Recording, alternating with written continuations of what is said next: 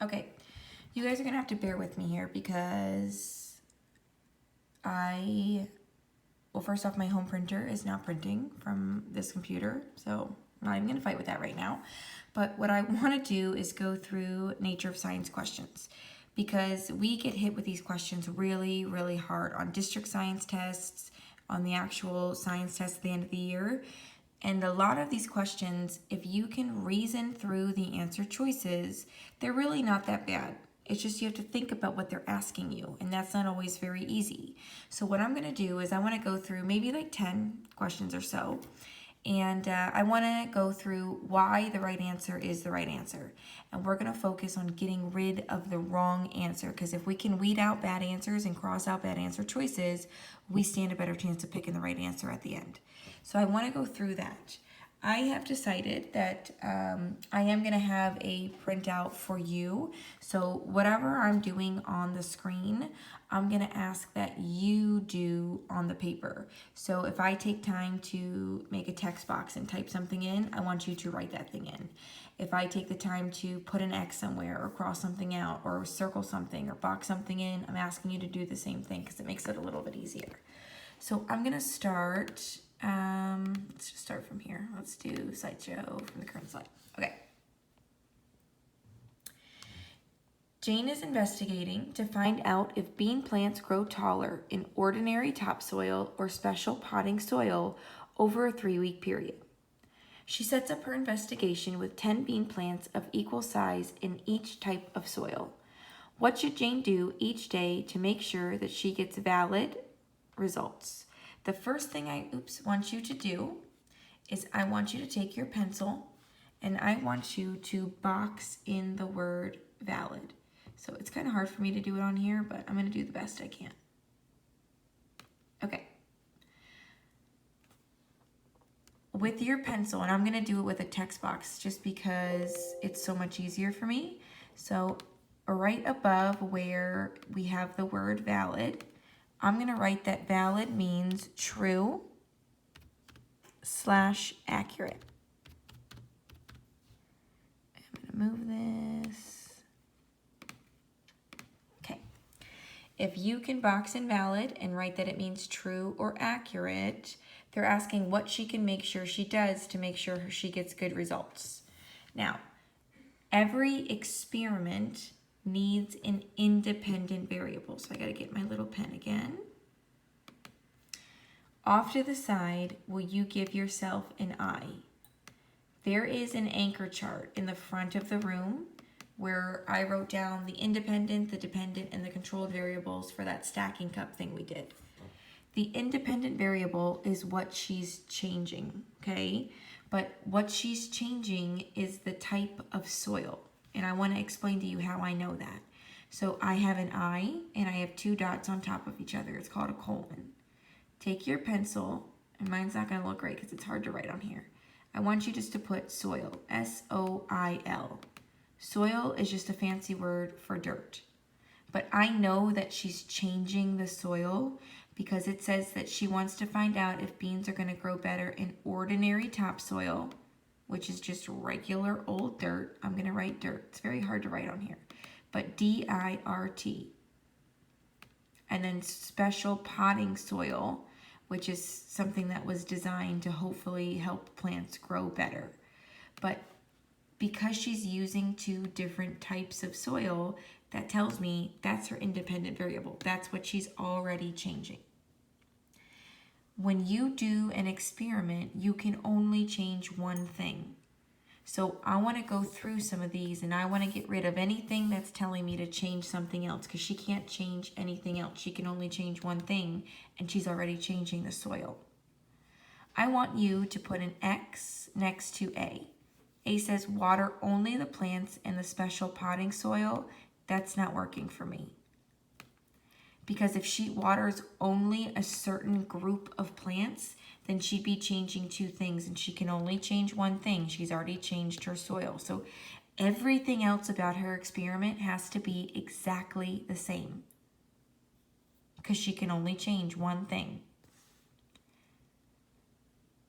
B says calculate the average plant height for each soil type. I'm going to leave that one alone.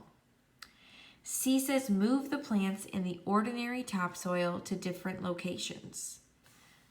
Because it only wants you to move one group of plants, it's not asking you to move both the ordinary soil and the special potting soil. It only wants you to move the ordinary soil. That tells me that I can't have C.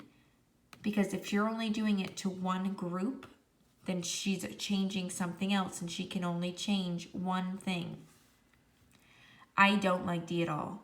D uses the word estimate, and in science, we're never estimating, ever. Now, I'm going to put like a little, I don't know what you want to call that, a little arrow thing. I'm going to put in a text box. So what I'm going to type is I want you to write with your pencil. The reason that A and C are both wrong is because you can only change one thing. Oops.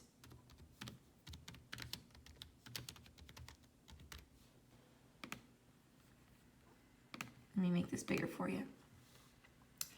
I want you to write that with your pencil. You can only change one thing. The thing she's changing is the soil. So she can't water only a certain group. She can't move only a certain group. If you change something, everything else has to be the same in your experiment. So if she can only change one thing, A and C are gone. We can't estimate, but that means by default, B has to be my right answer. It's the only thing that we have left. What's great about these questions is if you can reason through the answer choices, if you can think about why it maybe doesn't work, you stand a better chance of picking the right answer. I want to do a few more with you guys. This says Thomas and Julie wanted to find out which material would insulate their teacher's coffee cup and keep the coffee hot for the longest period of time.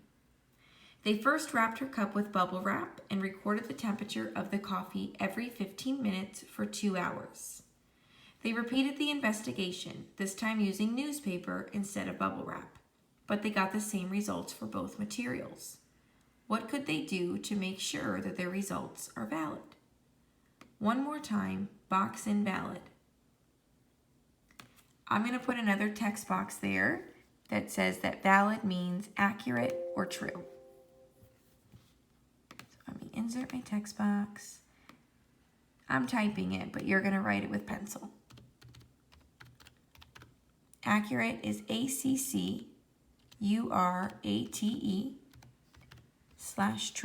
That's what valid means. Let me get my little pen back. There we go. Okay. We took notes on repetition and replication. So if you remember, let me grab my science notebook really quick. Repetition means repeat. Oh, there we go. And it just means that you are doing it. Repetition means that it's the same scientist. You're doing multiple things, okay? Replicate means to copy, so I want to keep that in mind. These kids are testing the material that they're wrapping around their teacher's coffee cup. I know that because it tells me that. So I'm going to put an I for her independent variable, or their independent variable, because there's two kids. They are changing the material. I'm not going to try to write that. I feel like it won't work. So let me do this. Keep. I was going to put in a text box, but if I'm typing it, I want you to write it. Okay, so I'm going to put that their independent variable is the material, and they are using bubble wrap and newspaper. And I'm going to go back and tell you exactly where I found that.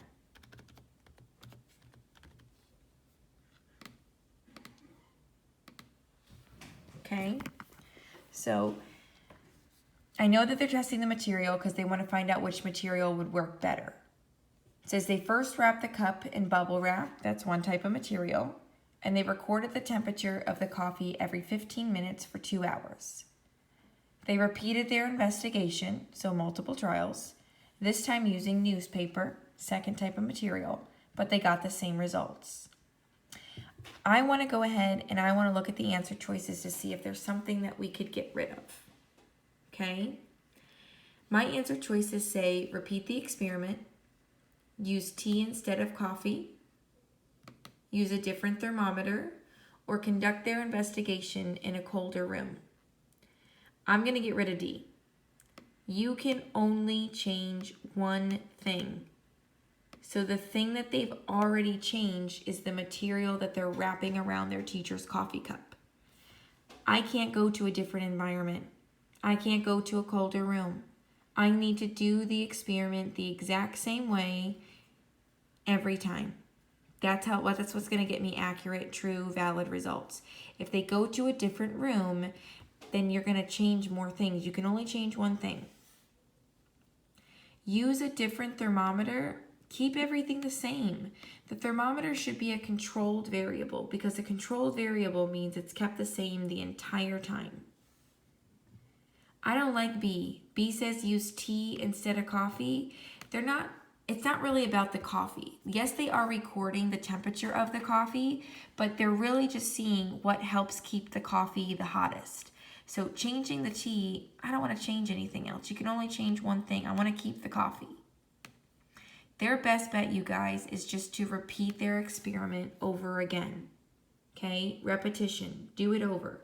The same scientist does the same thing to see if they still get the same results. They would retest with bubble wrap. They would retest with the newspaper and see if their findings are the same or if they've changed. But if you can get rid of things, we stand a better chance of picking the right answer. Make sure you have things underlined, boxed in, marked off the same way that I do. You can only change one thing. They're already changing their material. This says Brianna's class wants to determine if boys or girls recycled more paper each day. They set up separate recycling bins in their classroom and labeled them boys and girls. The students then placed their paper items in the right bins. So that means the boys placed their items in the boys' bins, the girls placed their items in the girls' bins. Which of the following should the students do each day before emptying the bins? Well, first and foremost, let's figure out what they're doing. That first sentence tells me exactly what they're trying to do. They're trying to figure out, do boys or girls bring in more recycled paper every single day? So if their goal is to figure out who brings in more, let's find the stuff that says who brings in more. I'm going to mark off A. A says make lists of the different types of paper in each bin. Well, they want to know the amount. I'm writing AMOUNT. That's the word amount. They want to know how much the boys are bringing in, how much the girls are bringing in. So if they're trying to figure out the amount, figuring out the different types of paper that are in that bin, that's not going to tell me how much they brought in. It's just going to tell me that boys brought in maybe toilet paper rolls or lined paper, or the girls brought in paper towel rolls or construction paper, but that's not telling me how much. They want to know the amount. B says count and record the number of paper items. That would definitely give me an amount. C says make a list of which student recycled which paper item. You could then count that, but that seems like a very long way to get where you want to be. And D will not work for me whatsoever because I can see that it uses the word estimate, and that's a no-go. Even if you can get rid of those two, even if you feel like C might be a good answer, at least if you get rid of two answer choices, you now have a 50-50 shot of getting what you need. If they're trying to figure out the amount, how much the boys brought in, how much the girls brought in, then their best option, you guys, is to count and record the number in each bin. Find out how much is in the boys' bin. Find out how much is in the girls' bin. That's all we're doing. All right. Kevin wanted to find out which of his toy cars, the Corvette or the Mustang, would roll downhill faster. He made a ramp by putting several books under one end of a board so that the board was slanted. Slanted means just like at an angle, okay? Up and down. Which would be the best way for him to perform this experiment? Now, we know scientists need repetition. They're repeating it. They're doing it over. That's the same scientist. Okay, it gets us accurate data. So they want to know what's the best way for him to do this. Roll each car down the ramp separately 5 times and estimate? Absolutely not. We're never estimating in science. Not even reading that. Roll both cars down the ramp together 1 time and see which one gets to the bottom first. I don't love this 1 time thing. I'm going to try. Actually, I'm not going to try to write anything. It's going to take me forever. I'm going to type. Keep that. I'm going to type. You're going to write. Right underneath where it says 1 time, I'm going to put in a text box. And I'm going to put the word repetition.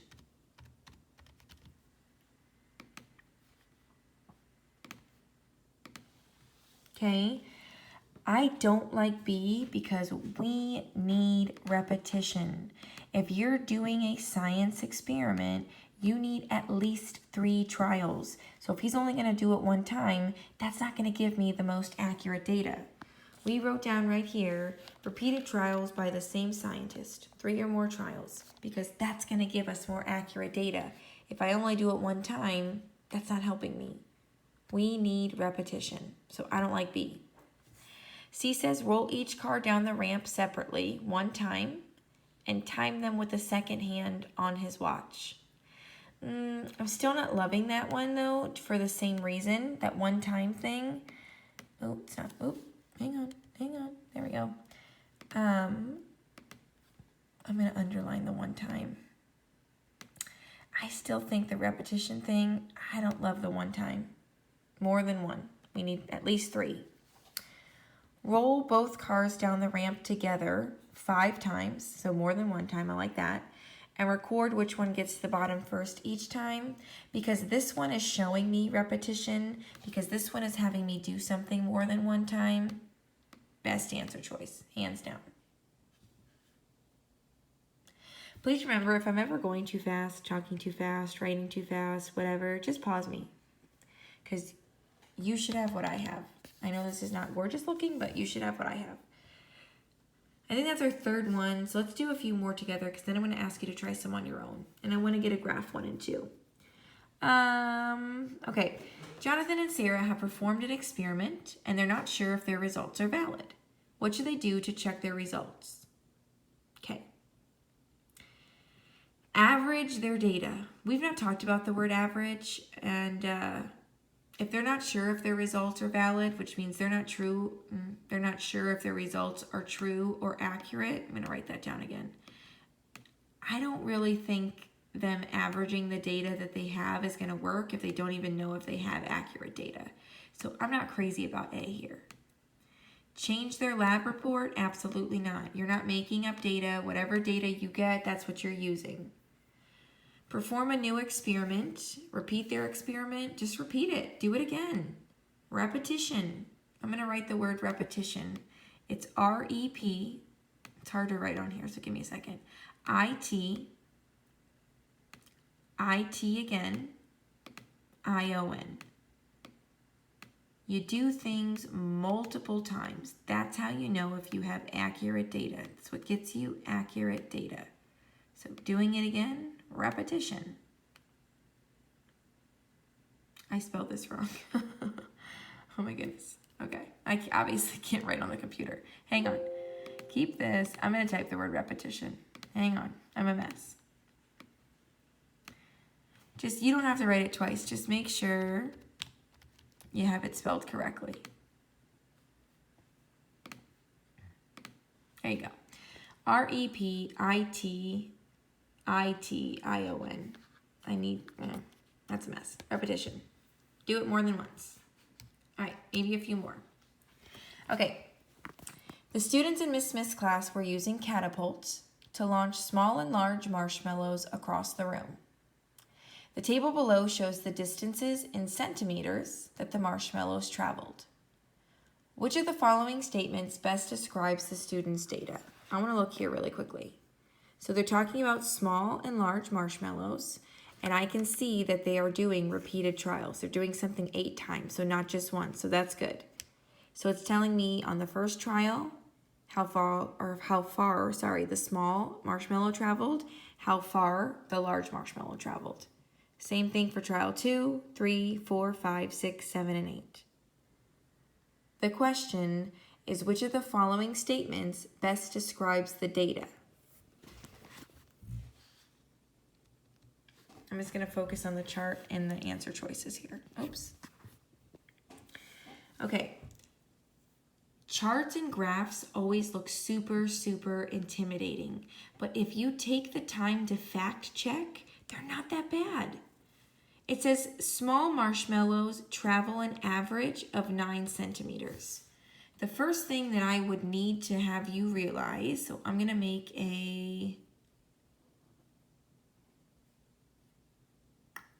we'll do it on here. Doesn't really make a difference. We'll do it on here.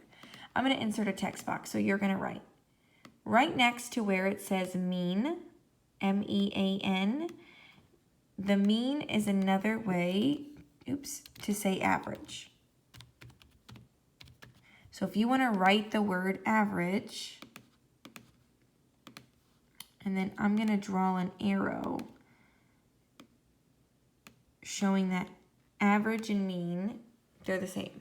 So if you fact check, we can get the right answer. The small marshmallows, they travel an average of 9 centimeters. No, they don't.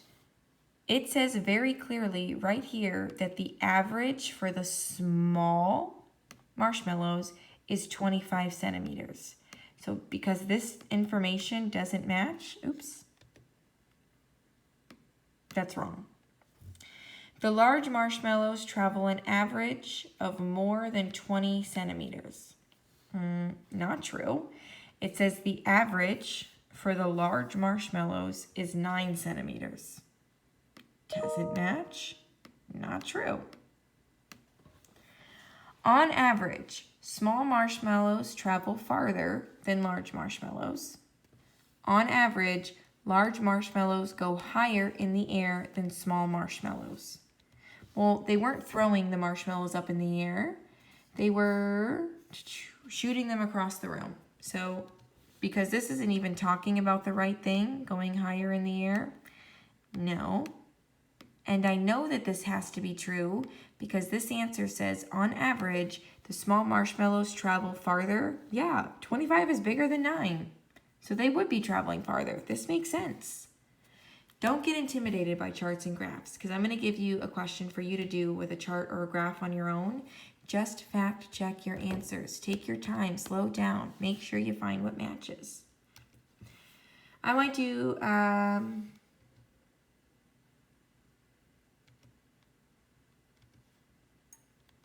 do 2 more. Okay. Sorry.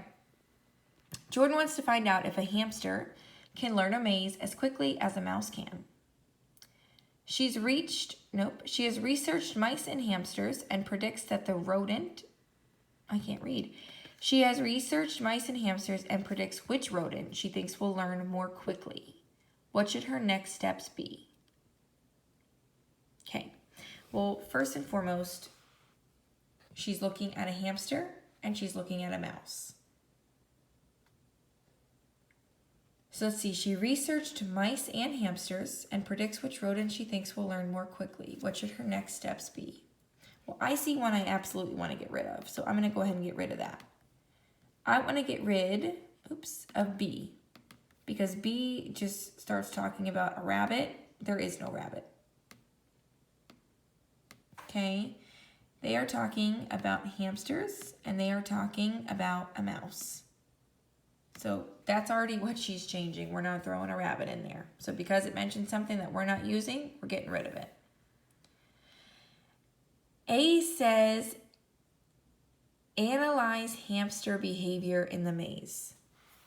At some point, she should watch the hamster in the maze, but because it's not also talking about the mouse, I'm not sure that this is my best option because she's going to have to look, this is supposed to be a question mark, sorry, at both of the animals. C says, observe the behavior of both rodents in the maze. I like this one because it's talking about both of them. Make conclusions about rodent behavior in the maze. No, she doesn't. She's not even talking about her analyzing any data or recording any data. So making a conclusion, I'm going to put in a text box. Underneath where it says conclusions, I want you to pick up your pencil and I want you to write that your conclusion, it really is your last step. Okay, you can't make conclusions until you have done your experiment with multiple trials. You've recorded your data for multiple trials. You've analyzed the data for multiple trials. We're not just jumping to conclusions. I say D is out, I would say B is out. And because C is the only one that mentions her observing both, I would say that that's my best answer choice. Let's just do one more. Let's do this one. For her science fair project, Marcy is investigating how levels of carbon dioxide affect plant growth. Which of the following is most important for Marcy to do? Okay, she needs to make sure her results match her predictions. No, she does not. If you remember, let me find it in the book. Hypothesis. Okay. Scientists can predict answers, and that prediction is called a hypothesis, but your hypothesis is allowed to be wrong. So with your pencil, because I'm going to do it in a text box, it says she needs to make sure her results match her predictions. My text box is literally going to say, you are allowed to be wrong.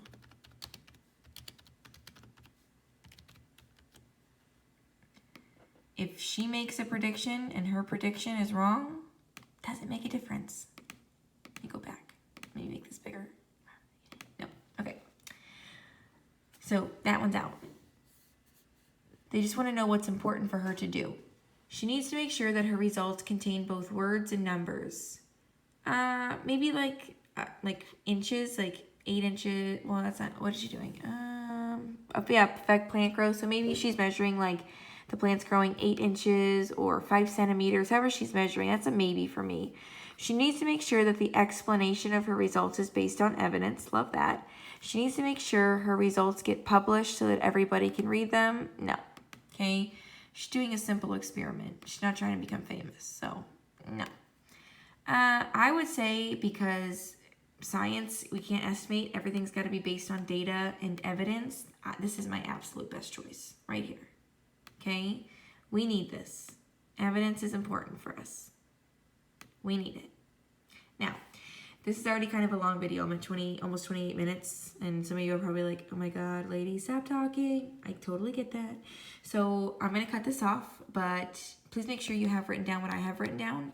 And then you can use what we've been talking about, the simple notes that we've been making to go back and help yourself answer some questions.